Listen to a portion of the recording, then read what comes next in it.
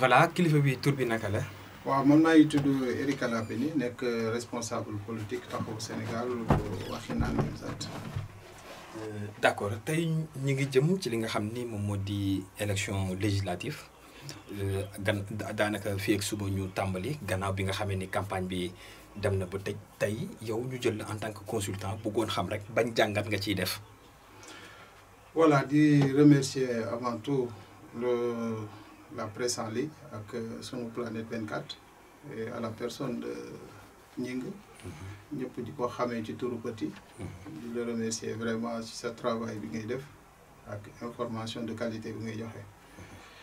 donc ñu ngi dem ci législative yi boo xamante ni c'est une première au Sénégal boo xamante ni opposition bi vraiment c'est constitué vraiment une force active en plus particulier mooy le Yewwi Askan Wi.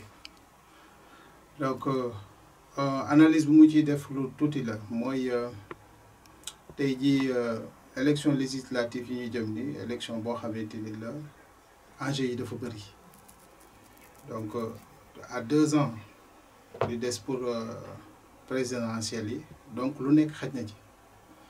donc tey opposition bi tey su gagné day changer figure lu bëri sax ci projet de loi yi nga xamante ni président pare na ko pour vraiment yóbbu ko assemblée. donc il y a beaucoup d'enjeux et aussi la venue du président Abdoulaye Wade donc il y a beaucoup d'aspects yoo xamante ni qui sont dans l'ombre te nit yi war nañ ko mën a xam quoi waaw en science politique lay waxee quoi. D'accord. Voilà. dëgg la venue du président Abdoulaye Wade dina xaw a changer la donne waaye aujourd'hui tey est-ce que venue boobu noonu lu baax la ci li nga xam ne moom moo di coalition intercoalition bi di Wallu ak Yewwi Askan Wi tey ban enjeu la ban impact vraiment lañ mën a xaar ci ñëw Abdoulaye Wade fii ci Sénégal. voilà am na ñaari enjeu parce que Abdoulaye Wade il faut dire que c'est un libéral. comme Macky Sall qui fut communiste après ñoo nekk libéral si je dis qu'il fut communiste nekk ñoo libéral Macky soo xoolee ci comment dirais-je Landing Savané la départ ba ñëw léegi configuré boppam nekk libéral. donc il fut des temps Ablaye waxoon na ko Ablaye Wade waxoon na ko nee na libéraux yi dañ fi toog 50 ans loolu lu jar a fàttaliku la d'une part baax na pour Yewwi Askan Bi mais d'autre part aussi tamit enjeu c'est très sensible parce que Ablaye Wade kuy xool rek intérêt doomam moo ko yëkkati donc selon man et ça concerne que moi en tant que Eric Alapeni venu Ablaye Wade mun na def benn impact pour Yewwi bi mais si aujourd'hui opposition bi mooy Yewwi Askan am majoritaire à l'Assemblée nationale donc képp ko xam politique négociation là des intérêts personnels et ce sera dommage ñoom suñu demee nekk fa que pour leurs intérêts personnels si je dis leurs intérêts personnels le Wallu intérêt mooy Karim Wade dellu si waat est-ce qu'il n'y aura pas une négociation entre le président Macky Sall et le Wallu pour Karim dellu si waat loolu mooy enjeu yi donc bu boobaa est-ce que le comment dirais-je le taxawu le comment dirais-je Yewwi Askan Bi ndax du nekk la ñu di sacrifice donc c'est des enjeux yoo xamante ni ça je lance un appel à tous ceux qui sont dans le Wallu que le Yewwi Askan Wi. tey boo waxee agneau du sacrifice ñëpp xam nañ ni Sonko trajectoire politique am c'est pas aussi extraordinaire que ça parce que depuis daanaka bu ñu xoolee depuis sa radiation ak léegi la dugg ci politique. loolu c'est su ma juum c'est en 2014 2020 ce n'est que 6 ans 8 ans. la nekk alors que ni mu sëkk ak ñi nga xam ni ils ont fait pratiquement l'école politique toute leur vie parce que am na ñoo xam ne ils l'ont fait depuis il y a une dizaine vingtaine d'années tey est-ce que Sonko position bi mu nekk dëgg la nekkul en position de ballottage ci biir coalition bi mu nekk mais est-ce que suba mun koo jural ay jafe-jafe parce que bu ñu xamee ni dafa ànd ak ki nga xam ne moom moo di Khalifa Ababacar Sall ànd ak ki nga xam ne moom moo di aussi Barthélémy Diaz l'actuel maire de la ville de Dakar te ñoom ñu aussi ñu nekk ci ay mouvance yoo xam ñu nekk ci ay partis politiques yoo xam ne ñu ngi ci mouvance présidentielle bi. voilà si vous me permettez de le dire le phénomène Sonko c'est vrai que instant bi ni électorat mi ngi gën a yéeg soo xoolee c'est la jeunesse mais maintenant osatiru Yewwi Askan Wi parfois nit yi dañ koy fàtte osatiru Yewwi Askan Wi inspiration bi est venue de Khalifa Ababacar Sall de tey jii sooy def jeu échec et mat le reine c'est Khalifa Ababacar Sall c'est lui le grand stratège soo xoolee tey su tegee Sonko tête de liste mu indi ay frustration ñeneen ñi mooy ñu génn comme Seydou Mansour Sy Djamil ay agi jot na donc ñooñu dañu teel a wone seen bopp que mënuñu digérer Sonko mais qu'on se dise la vérité Sonko actuellement mi ngi incarné le style de Thomas Sankara j'ai vu mais actuellement 2024 dafa des c'est un chemin maintenant mooy li mu la wax rek en échec et mag soo xoolee la reine c'est Khalifa Ababacar Sall ñu wax ko ñu bañ ko instant bi c'est lui le seul actuellement et je pèse bien mes mots c'est pas parce que je suis de Taxawu mais en termes expérience ah ci depuis du temps senghorien c'est lui le seul qui reste ici au Sénégal qui peut apporter vraiment benn apaisement relancer le Sénégal le plus rapidement possible ça veut pas dire que Sénégal aujourd'hui dañ toll foo xamante ni dañu war a avancer le plus rapidement possible parce que ak ressources naturelles yi nekk fii duñ ko teg ci loxo koo xamante ni novice la en politique pour ne pas dire que Sonko novice la mais il doit attendre encore c'est pas le moment comprendre actuellement fu ñu toll nii Sénégal ah ak su ngeen xoolee actuellement c'est que Sénégal Afrique dañu war a yeew européens dégagé nañu lancé nañu le nouvel ordre mondial et ce nouvel ordre mondial c'est pour l'Afrique c'est pour recoloniser encore l'Afrique xoola Macron ñëw na Russie ñëw nañu mais actuellement c'est nous les Africains qui doivent dire actuellement aux Européens stop arrêtez le nouvel ordre mondial là c'est pour l'Afrique pour dañuy dellu si waat ci buumu jaam bi l'Afrique on doit refuser d'être tout le temps des esclaves donc ça veut dire que suñuy jox tey jii suñu comme Sénégal suñ koy teg nañ ko teg ci loxo koo xamante ni ko am expérience la un vrai panafricain qui ne sera pas là que pour les Européens donc ça veut dire qu'on doit tourner carrément le dos aux Européens c'est pour cela que le discours de Sonko parfois ça frappe voilà donc Sonko présentement nekkul benn espoir pour le peuple sénégalais rek dafa nekk benn espoir boo xam ne c'est toute l'Afrique en réclame toute l'Afrique en réclame parce que tey ñu ci bëri ñu ngi identifié wu à travers ses idéologies à travers ses discours et tout ñëpp ñu ngi lii mais si cercle bi mu nekk est-ce que tey nit ki mën nañoo avancer que d'ici 2024 Sonko il sera pas trahi parce que on parle de l'agneau du sacrifice parce que boo xoolee intercoalition yi am boo xoolee déjà ci biir Yewwi Askan Wi rek c'est tout un problème au-delà de ça tey ñu amaat un wàllu de plus wàllu boobu noonu tey est-ce que jàpp nañ ni carrément que ni Sonko ne serait pas un agneau du sacrifice parce que bien vrai que c'est lui qui tient les rênes mais est-ce que dañ ko koo dénk rek pour que mu mën a avancer loo benn point une fois sur place on va l'abattre. Voilà non seulement pour législatif mais pour 2024 j'ai peur que Sonko se trahisse lui-même par rapport à ses propos. Parce que il fut des temps du ma déglu du ma jël ndax Karim Wade kii dañ ko war a def lii mais day fàttali ne après day dugg ci langue politique bi il devient encore un politicien parfois nit yi foofu la ñuy réeroo mbir actuellement il est un politicien donc politicien il faut dire jamais je ne serai avec X ou Y tey jii ki nekk sa ennemi ëllëg mun a nekk sa allié tey aujourd'hui il est dans le système mais nag ce système là donc il faut savoir vraiment diluer un peu pour xool quels sont avec qui tu dois marcher parce que aujourd'hui il y a des yoo xamante ni des gens yoo xamante ni dañ ko raw politique Macky Sall APR 3 ans la def ñëw toog ci état bi donc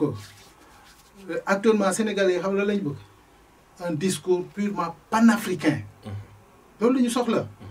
ñu nekk fii pour les faire la promotion des Européens pour dañu bëgg un discours purement panafricain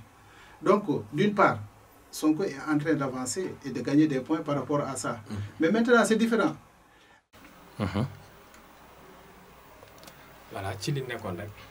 voilà mooy li may wax xam nga tey gis nga nguur dafa doy waar tey jii mun nga am des discours de campagne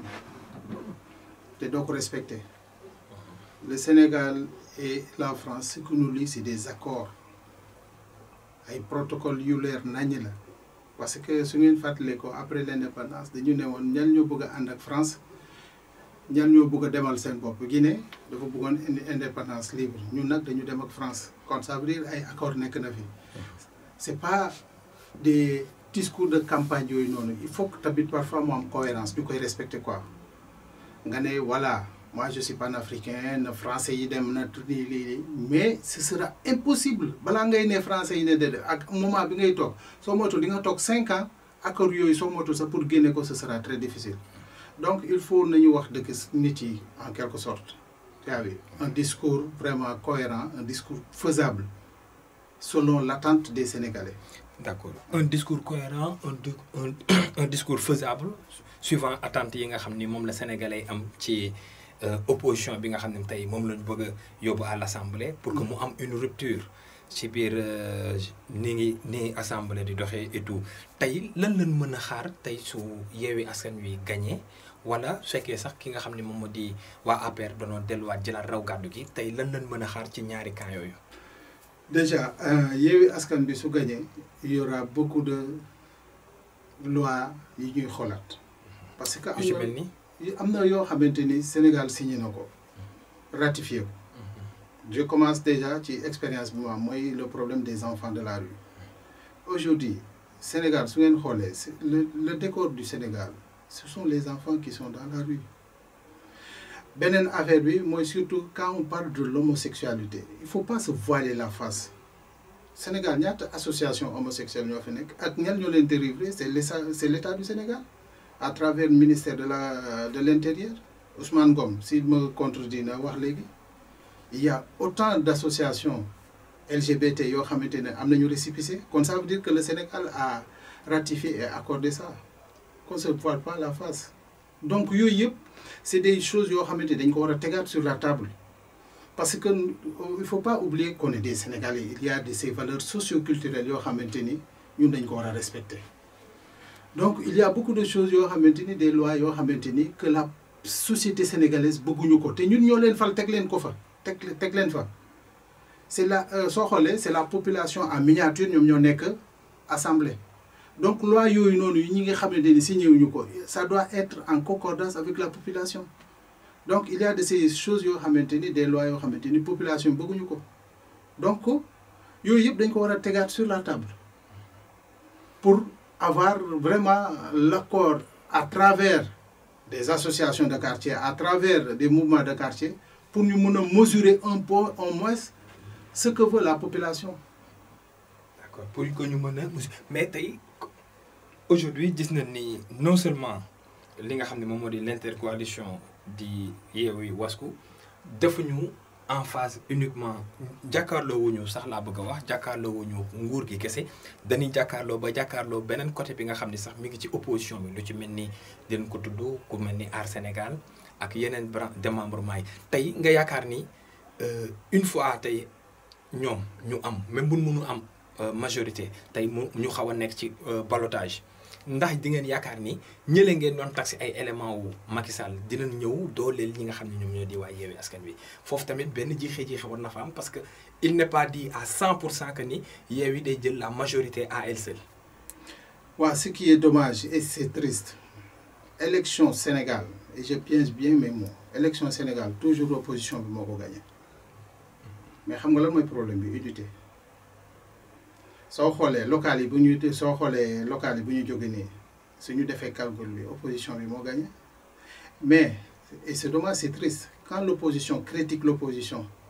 mais kon jarul ñuy dem élection Aar Sénégal parfois da nga gis ñuy attaquer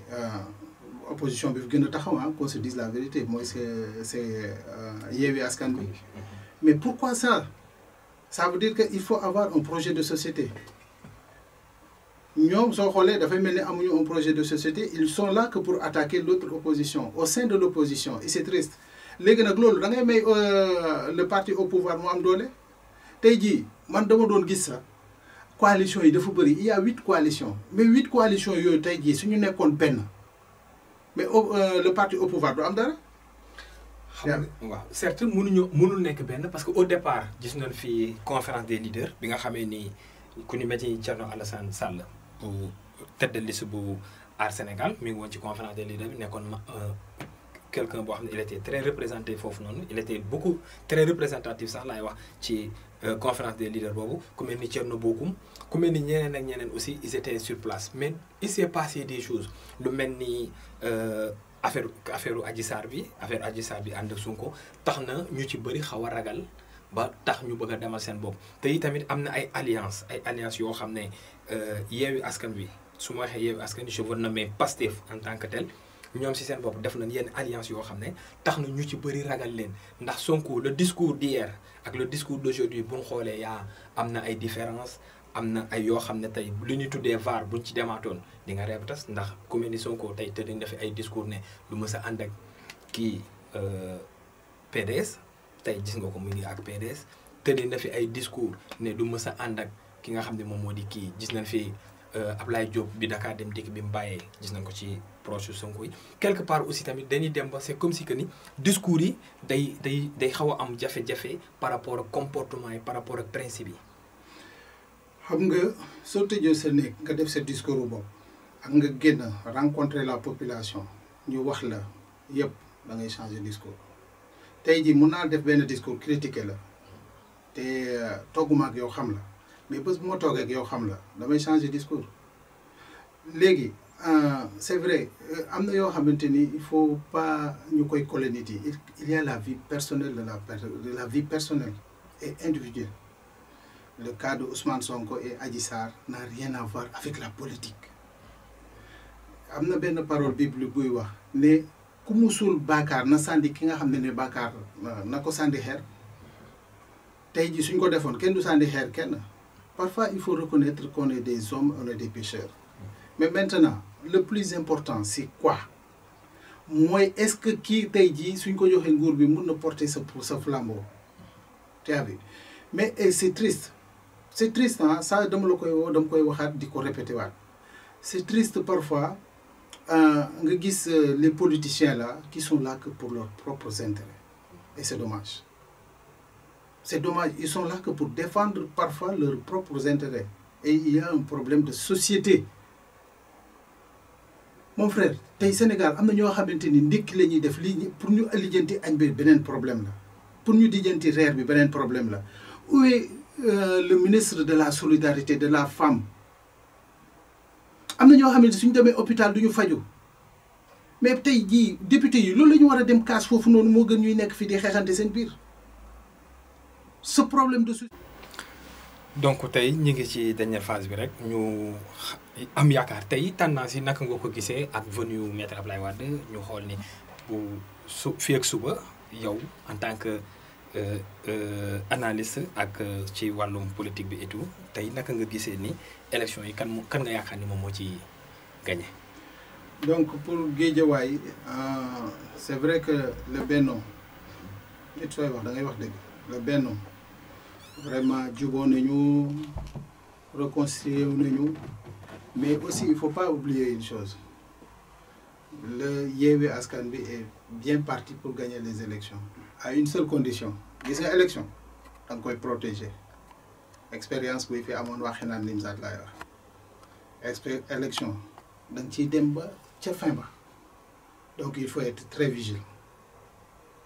vigilant laay wax soo xoolee rek caravane yi le Yewwi est très bien parti pour gagner mais élection dafa complexe ñiy yuuxu ñu ci bëri soo moytu sax am ñu carte d'identité léegi nag ñuy voter ce sont les vrais militants et ceux qui sont vraiment très intelligents di déglu discours candidats yi mais politiciens yi chaque fois les vrais militants ñoom ñooy voter donc loolu mooy enjeu yi donc je dis encore une fois de plus élection da nga koy sécuriser muy camp wu Yewwi muy camp wu Benno Bokk Yaakaar mais encore pour dire encore une fois de plus la coalition Yewwi Askan Wi est bien partie pour gagner les élections avec l'influence du vieux mooy ki ñëw mooy Abdoulaye Wade dee na ci xol yi ba léegi voilà. dëgg la Abdoulaye Wade dee na ci xol yi ba pare mais gis nañ ni au-delà de campagne bi parce que campagne bi aussi tamit quoi qu'on puisse dire gis nañ ni amul gannaaw Aar Sénégal amul kenn koy présenter un programme boo xam ne mën na see sukkandiku wala sax nga wax ñu loo xam ne c'est le rôle bi nga xam ne tey le député bu demee à l'hémicycle moom nga war a def liñ ciy def daal mooy ñii sànni xel lañ fi nekkee di wax ku ci mel ni fii ci Géejawaay ki nga xam ne moom mooy Ahmed Aïdara li ci ëpp ci li muy wax mooy door naa ko mu dee nañu làmb ji bu samedi dinaa leen jox nañ defar terrain bi nañ defate y a pas un discours boo xam ne tey les gens mën nañ see identifié wu pour wax ni kii sunu leader la kii mën nañ cee wax absence su discours boobu noonu fii lan la ndax dañ leen a joxul cër bi ñu war a am wala on n'a pas eu le temps de les former par rapport ak le terrain pour un discours parce que tey bu ñuy natt ci discours rek fii ci banlieue bi ñi nekk ci pouvoir bi li ñu am comme discours mooy les réalisations du président de la République au-delà de ça amul discours y a pas un programme en bonne et due forme boo xam ne dinañ ko jël jagleel ko population bi par rapport ak bu ñu demee fële dina leen ko défendre moo xam mu bokk ci problème mu LGBT yi mu xam ci bokk ci problème mu gabegie bi nga xam ne am na ci dëkk bi yàqum xaalis bu métti bi nga xam ne am na ci dëkk bi mu bokk ci ay problèmes yu bëri yoo xam ne mën nañ koo lim mais gis ñu ci kenn benn daal lañ ci jàpp ni am na programme boo xam ne tënk nañ ko ci ñeenti ponk te ñu ngi ciy déroulé mais malheureusement fii ci banlieue bi laa mën a wax amuñu ci benn visibilité bi tey lan moo waral loolu. voilà li ko waral déjà moi je dis que moi Ahmed Aïdara déjà ñoo bokk coalition donc d'une part dama koy conseiller benn affaire. Même su gagné ça c'est bien mais Guédiawaye bokk na ci ville yi gën a salte en commençant man sama commune fii hygiène dafa baax loolu dafa waroon nekk benn discours boo xamante ni vraiment cadre de vie bi mu rafet mu set Guédiawaye bokk na ci titre foncier yi yu ñu gën a critiquer corniche bi liñ fa dagg ci terrain kenn xamul ko c'est de l'injustice filao yi actuellement on est exposé géej bi day dellu siwaat quel que soit x day dellu siwaat le réchauffement climatique man je crois que nos dirigeants là foog naa parfois du ñu suivre actualité ce réchauffement climatique là day réagir ba ci mouvement océan bi donc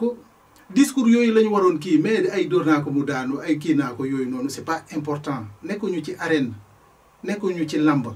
il faut dire loo xamante ni moo fi nekk Guédiawaye il y a beaucoup d'agressions quel est le suivi des enfants qui sortent de prison pour mun leen insérer waat ñooñu ñoom ñooy agressé waat il faut des programmes de société pour vraiment ñu am benn civisme mais pour le dire encore une fois de plus Guédiawaye bokk na ci ville yi gën a salte ñu bëgg ko ñu bañ ko da ngay xool rek tali bi da nga xool inondation yi tu as vu donc yooyu mooy projet yi nga xamante ni ñun moom la ñu soxla xoola ma wax la benn affaire Guédiawaye je le dis et je le répète maire yi fi jaar yëpp dañu lajj suñu waajur yi suñu xëyee fan la ñuy dem syndicat suñu waajur yi fu ñu xëyee fan la ñuy dem wuti jën Pikine fan la ñuy wutee fruit fële te am nañu fi espace Guédiawaye est vide amul benn ressource boo xamante ni population bi war nañ ci mën a gis seen bopp moo gën nekk fi di ne ay damay daaneel kii di taal ay lampes c'est bien la lumière c'est bien mais balaa lumière bi da ngay éduquer nit yi da ngay construire la personne nit yi soo leen yaree rek ñu dem ci élevage ci lépp mais dinaa ko waxaat parce que Guédiawaye laa bokk mais il faut dire encore c'est une population très indisciplinée di lekk di sànni saw fii mais loolu ci ñun lay dellu si waat on est exposé à n'importe quel virus sàccum jur bi kenn xamul mais Guédiawaye lu yomb defar la man si j'étais Ahmed Aïdara tey jii du ma dem sa di wuti ay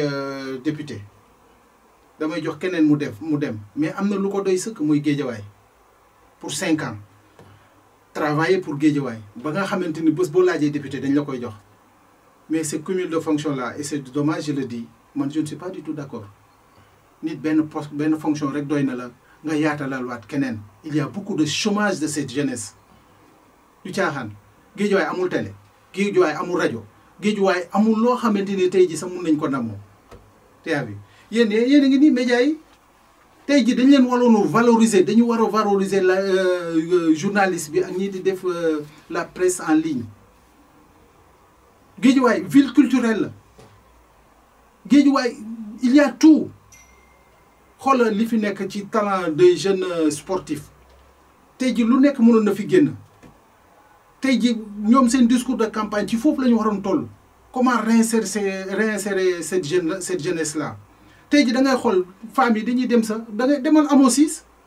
femmes yi nii la ñuy lal seen jën yi di ko jaay par terre tu as vu amuñu benn espace boo xamante ni tey ji sunu maman yi war nañ fa mun ko exploiter amuñu benn espace boo xamante ni jeunes yi war nañ ko mën a def xoolal dispensaire bi